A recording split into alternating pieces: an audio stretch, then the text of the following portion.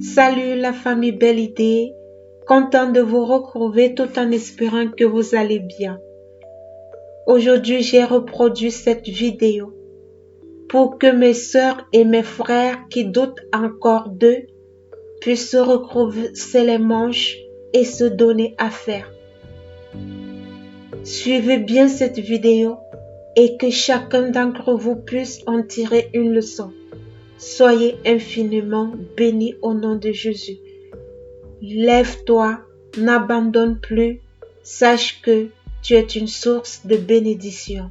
Bonne vision à vous, surtout, tirez une très bonne leçon de cette histoire, de mon vécu.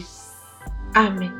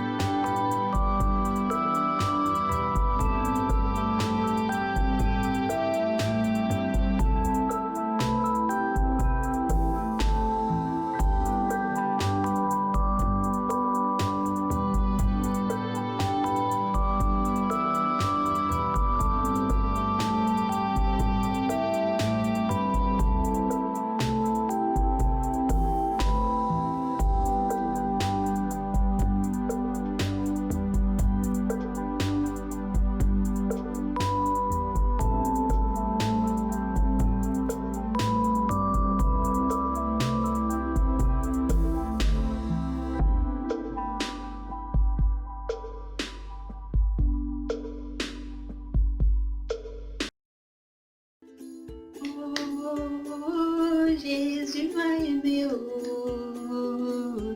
Jésus m'a aimé, oh. Il m'a donné la vie, il m'a donné le sourire. Salut, bienvenue dans Belle Idée, j'espère que vous allez bien. Dans Belle Idée, c'est toujours le sourire se contamine. Si vous êtes fâché quand vous ouvrez un canal, c'est la joie et rien que la joie. Quelles que soient les étapes de la vie, quelles que soient les épreuves de la vie, cherchez toujours à être positif. Ça paye, oui, la positivité, ça paye. Je sais de quoi est-ce que je parle. Aujourd'hui, je suis là pour vous parler un peu d'un épisode de ma vie, pour donner le courage à bon nombre d'entre vous, à ceux et celles qui se trouvent dans cette situation, pour vous dire, même s'il y a la galère, même si la vie ne va pas en avant, ne vous découragez jamais. Ne cherchez jamais à être du côté de la négativité. Soyez toujours positif parce que la positivité, ça paye. Alors moi, il y a de cela bon nombre d'années, aujourd'hui, je passais vraiment des moments très difficiles dans ma vie, très difficiles. Je suis orpheline de papa et j'habitais avec ma maman, mes frères et sœurs. Et la vie n'était vraiment pas du chocolat, comme on dit, c'était vraiment pas facile. Après la mort de mon papa, j'avais arrêté d'aller à l'école. Je n'ai pas pu aller à l'université et j'ai fait une formation de 3 ans en esthétique coiffure. Et après l'obtention de mon diplôme, j'ai commencé à chercher du travail, on ne m'accepte pas quelque part. J'allais dans des salons, que grands, que petits salons, on ne m'acceptait pas. On disait c'est plein, on n'a pas besoin. Bon, j'ai passé 1 an comme ça. Ensuite, j'ai eu la chance d'aller travailler dans un petit salon avec une femme, mais elle ne me payait pas. Et c'était très loin de la maison, je devais emprunter le taxi, aller-retour, c'était vraiment pas évident pour moi et j'avais arrêté. Je me suis retrouvée encore 1 année à la maison, c'était pas facile, c'était vraiment pas du tout facile. Avec les charges, c'était vraiment pas facile. C'est comme ça donc un matin je me suis levée, j'ai regardé le ciel, j'ai regardé autour de moi, il n'y avait personne pour appeler et je me suis rendue dans un marché. Dans un marché, je suis arrivée, j'ai commencé à regarder comment les gens marchaient, comment les gens passaient, comment les gens faisaient. Je suis arrivée dans ce marché et il y avait, je ne sais pas s'il y a encore en ce moment, on jetait les mèches par terre et il y avait des femmes qui venaient chercher des mèches et il y avait des tacleuses, des coiffeuses de rue qui leur proposaient de venir se coiffer et comme ça, elles se faisaient un peu d'argent. Alors j'ai regardé comment est-ce qu'elle faisait et je n'ai pas perdu le temps. Je n'ai pas pensé à rentrer d'abord à la maison et réfléchir. Je suis partie au marché, je crois j'avais 300 francs sur moi, oui. Et j'avais 500 francs, j'avais emprunté le taxi 200, il me restait 300 francs. Je suis partie au marché, à l'intérieur du marché, je me suis acheté ce peigne. Ce peigne m'accompagnerait tous les jours de ma vie. Ça, c'est un peigne de la chance. Je me suis acheté ce peigne à 100 francs. Je suis venue me placer. J'ai commencé, il y avait des femmes, des jeunes filles qui s'approchaient, regardaient ces mèches par terre. J'ai commencé à tacler aussi, comme on disait. Bon, je dis, oui, salut ma chérie, tu veux te faire des tresses? Je suis une très bonne coiffeuse, je peux t'aider à chercher la mèche. Non, ne prends pas ce blond si ça ne va pas te donner parce que tu es un peu noir. Essaie un peu de prendre le marron caramel, tu vas voir, ça va te sortir le regard. Je composais la cliente, je disais, bon, tu veux faire la coupe chinoise? Non, avec ton front, la coupe chinoise ne va pas donner. Je vais te faire une raie de côté. Comme ça va sortir ton front, ça va sortir ton visage. Parce que si tu fais, je donnais des inconvénients. Parce que moi, la coiffure, c'est ma passion. Ça a toujours été ma passion. L'esthétique, la coiffure, ça toujours, c'est un travail que je peux me lever du matin jusqu'au soir. Je ne me fatiguerai jamais. Alors, quand je suis dans ce travail-là, je me perds même souvent de fois. J'oublie même souvent de manger. Alors, c'est comme ça que j'ai eu ma première cliente. Et bon, elle m'avait dit non, moi je suis déjà ma cliente, je suis seulement venue pour prendre la mèche ici. Je lui ai dit bon, regarde, si tu veux, tu ne me payes pas. Moi, c'est la première fois que je suis venue ici et je suis en train de chercher à ancrer dans le réseau. Alors, si tu veux, tu ne me payes pas. Moi, je te coiffe tout simplement. Tu peux me payer même l'argent de taxi. C'est donc comme ça que cette femme avait dit, bon, ok, d'accord, je vais te donner 600 francs. Tu me places la greffe. Je l'ai aidé à choisir sa greffe, mais le moment était arrivé où est-ce que je devais la coiffer. J'ai regardé autour de moi, j'ai regardé à gauche, j'ai regardé à droite, je ne connaissais personne. Il y avait des marchands ambulants, des sauveteurs qui vendaient des babouches, beaucoup de robes, des habits. Je me suis approchée et je cherchais tout simplement mon papa, une personne déjà ancienne, parce que moi, chaque fois que je veux faire quelque chose dans la vie, je pense toujours à mon papa, paix à son âme. Parce que je me dis toujours que peut-être en m'approchant de quelqu'un qui a un peu l'âge de mon papa, ça peut être mon papa, ça peut être mon papa qui s'est transformé en cette personne et il ne peut pas me refuser un service. Excusez, il ne peut pas me refuser un service. C'est comme ça que j'ai cherché un papa déjà âgé. Je me suis approchée, je lui ai dit, s'il vous plaît papa, j'aimerais coiffer cette dame. Je viens d'arriver au marché, je n'ai pas où m'installer. Je voulais aussi chercher mon gagne-pain. Le papa m'a dit, bon d'accord, comme tu as déjà la cliente, quoi que la main ne revient plus. C'est comme ça donc que j'ai fait asseoir la cliente. Grâce à Dieu, elle était aussi patiente parce que si c'était une autre, bon, elle partait.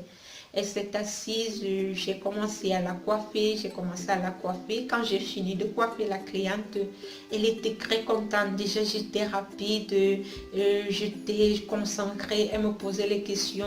Je ne répondais pas tellement parce que je lui disais, quand je coiffe, je préfère être concentrée. Donc, j'appliquais vraiment ma profession parce que j'avais vraiment beaucoup dépensé. Ma famille avait beaucoup dépensé pour apprendre parce que j'avais appris une très grande formation et j'ai un diplôme reconnu international.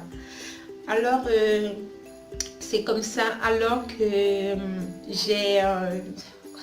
excusez, c'est comme ça donc que j'avais fini de coiffer cette dame. Elle s'est levée, elle m'a dit, ma fille, tu mérites plus. Aujourd'hui, je suis ta première cliente. Au lieu de te donner 600, je vais te donner 1000 francs. J'étais très contente quand j'ai reçu ces 1000 francs. Je me suis retournée chez ce papa, je lui ai dit, j'aimerais aller chercher une autre cliente.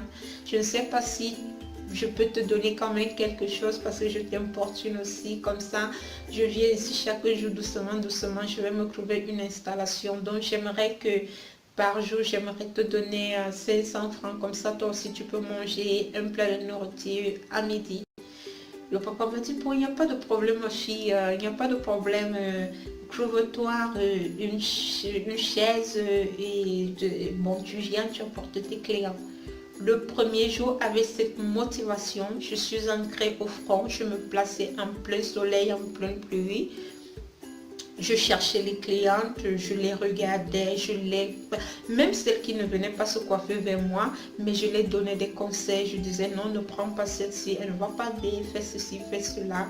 Et le premier jour, j'avais eu à coiffer 6 têtes. Je suis rentrée peut-être parce qu'il y a des têtes de 2000, 2500 que j'avais eu à coiffer. J'étais rentrée pratiquement avec un 8000 francs à la maison. Le premier jour, rien qu'avec ce paye de 100 francs. Le deuxième jour, j'ai commencé à attaquer. Le troisième jour, 1 mois, 2 mois, 3 mois. Ce n'était pas facile. Il y avait des moments où il n'y avait pas de clients, mais Dieu me donnait quand même de l'argent de taxi. Et c'est comme ça que quand je finissais de travailler, je partais chercher des vivres pour pouvoir aussi apporter à la maison. Et ça faisait aller la famille en avant. Ça, c'était juste une petite partie de mon histoire. Pour vous dire, je vais parler de long en large. Je voulais tout simplement vous dire, je sais qu'il y a des gens comme moi qui sont capables, qui aiment leur métier par amour, qui ont appris. Mais elles sont peut-être dans leur tête, elles se disent, si je n'ai pas le casque, si je n'ai pas le babyliss, si je n'ai pas un salon, si je n'ai pas, comment est-ce que je vais commencer? Moi, rien qu'avec mon pain de 100 francs, j'ai soutenu ma famille pendant 1 an. J'allais avec plaisir. Je n'avais pas de jour de fête. Je travaillais de lundi à dimanche. Dimanche après la messe, j'allais tacler au marché. J'étais devenue connue, j'avais des amis, j'avais des clientes qui me cherchaient, même à la maison, qui venaient se coiffer le jour des fêtes. Donc j'étais devenue tellement connue. Petit à petit, j'ai commencé à faire des massages, j'ai commencé à faire des gommages, j'ai commencé à faire des épilations, mais là je les faisais à la maison, je prenais des clients à la maison, ils venaient à la maison et jusqu'à là, après je me suis pris un temps de pause un lundi et le lundi, j'avais toujours des clients qui venaient à la maison. Alors, cette petite histoire-là, c'était tout simplement pour vous dire que n'attendez pas des gros moyens pour réussir dans la vie, n'attendez pas des grands matériels pour ouvrir des grandes industries, des grands salons, je ne sais quoi, dans quelle activité vous faites. Dites-vous toujours que quand vous êtes là, vous avez l'amour de ce que vous avez appris. Il faut se décider dans la vie. Parce que si toi là qui me regarde, si tu ne te décides jamais, tu ne vas jamais commencer. Il faut commencer. Moi, j'ai commencé avec un pain et le pain m'a apporté très loin. Le pain, parce que déjà, je vais vous dire, quand il y a l'amour du travail, il y a l'humilité. Vous vous rabaissez. Vous cherchez à aller en avant. Et surtout quand vous êtes une personne vraiment que vous êtes décidé dans la vie. Alors, c'était juste un conseil pour vous dire, si toi qui me regardes en ce moment, tu te trouves dans une situation pareille, que tu n'as pas de travail, mais tu as appris quelque chose, il faut te décider. Il faut te décider. Il n'y a pas de honte dans le travail. Il n'y a pas de honte. Moi, j'ai aimé l'esthétique coiffure. Et c'est pour ça que jusqu'à aujourd'hui, je ne blague pas avec ma passion. Je ne blague pas. Je peux passer toute une journée sans manger, sans penser à rien. Mais quand je travaille sincèrement. Quand je m'applique sincèrement, je ne connais pas faire d'à peu près. Parce que c'était ça ma force au marché. Même si quelqu'un me payait 200 francs, je ne coiffais pas parce qu'il m'avait payé 200 francs. Je ne comptais pas l'argent, je m'appliquais et je m'adonnais. Ce qui fait en sorte que quand la personne me proposait ce prix, à la fin, il disait non, ou elle disait non, vraiment, je ne peux pas te payer cette somme-là, je vais te donner plus. pour vous dire qu'il faut toujours commencer. Commencer toujours. On n'arrive jamais au sommet. Il faut toujours commencer en bas pour arriver au sommet. Doucement, on grandit. La vie, c'est comme les escaliers. Au fur et à mesure que tu montes, tu arrives au sommet. Alors, c'était un peu cette leçon du jour que je voulais vous dire. Je voulais vraiment prendre l'exemple de moi. Et s'il y a des gens qui m'ont connu dans le marché, peut-être qui m'ont cherché, qui ont vu que j'ai disparu, parce que je répète, ça fait pratiquement 10 ans, je sais pas, 10 ans aujourd'hui. Je vis, je suis en santé, je vous salue, je vous souhaite beaucoup de courage parce que la vie, c'est vraiment le courage. J'espère que le tuto vous a plu, j'espère vraiment, je vous laisse avec. Et quand je voyageais pour l'Europe, la première chose que j'ai eu à mettre dans ma valise, c'est ça. Mon peigne. Je ne blague pas avec. Il peut avoir des mêmes peignes, de la même chose, mais celui-ci, il m'accompagnera toujours. Je crois que je vais faire un tableau et je vais le mettre dedans. Je vais le mettre sur le mur de chez moi. Parce que j'y tiens vraiment à ce peigne. Parce que ça a été une détermination dans ma vie. Ça a été une motivation dans ma vie. Soyez motivés. Soyez déterminés. L'endurance, la persévérance, l'humilité, le pardon, la sincérité. Ça paye, oui, ça paye. Pour moi, ça paye aujourd'hui. Donc, c'était juste un petit épisode de ma vie parce que si je commence à raconter, on ne va jamais finir. C'était juste pour vous donner ce courage, pour vous dire, dans la vie, il faut commencer. Commencer et le reste arrivera. Je vous souhaite beaucoup de courage. J'espère aussi que la chance va vous sourire, mais je vous dis, l'humilité paye. Parce que quand vous êtes humble, quand vous savez dire pardon, excuse-moi s'il te plaît, j'ai pas fait sciemment, ça vous lance très loin. Alors, je vais m'arrêter comme ça aujourd'hui. Je vais se dire au revoir et on va se retrouver à une autre vidéo. Bye bye.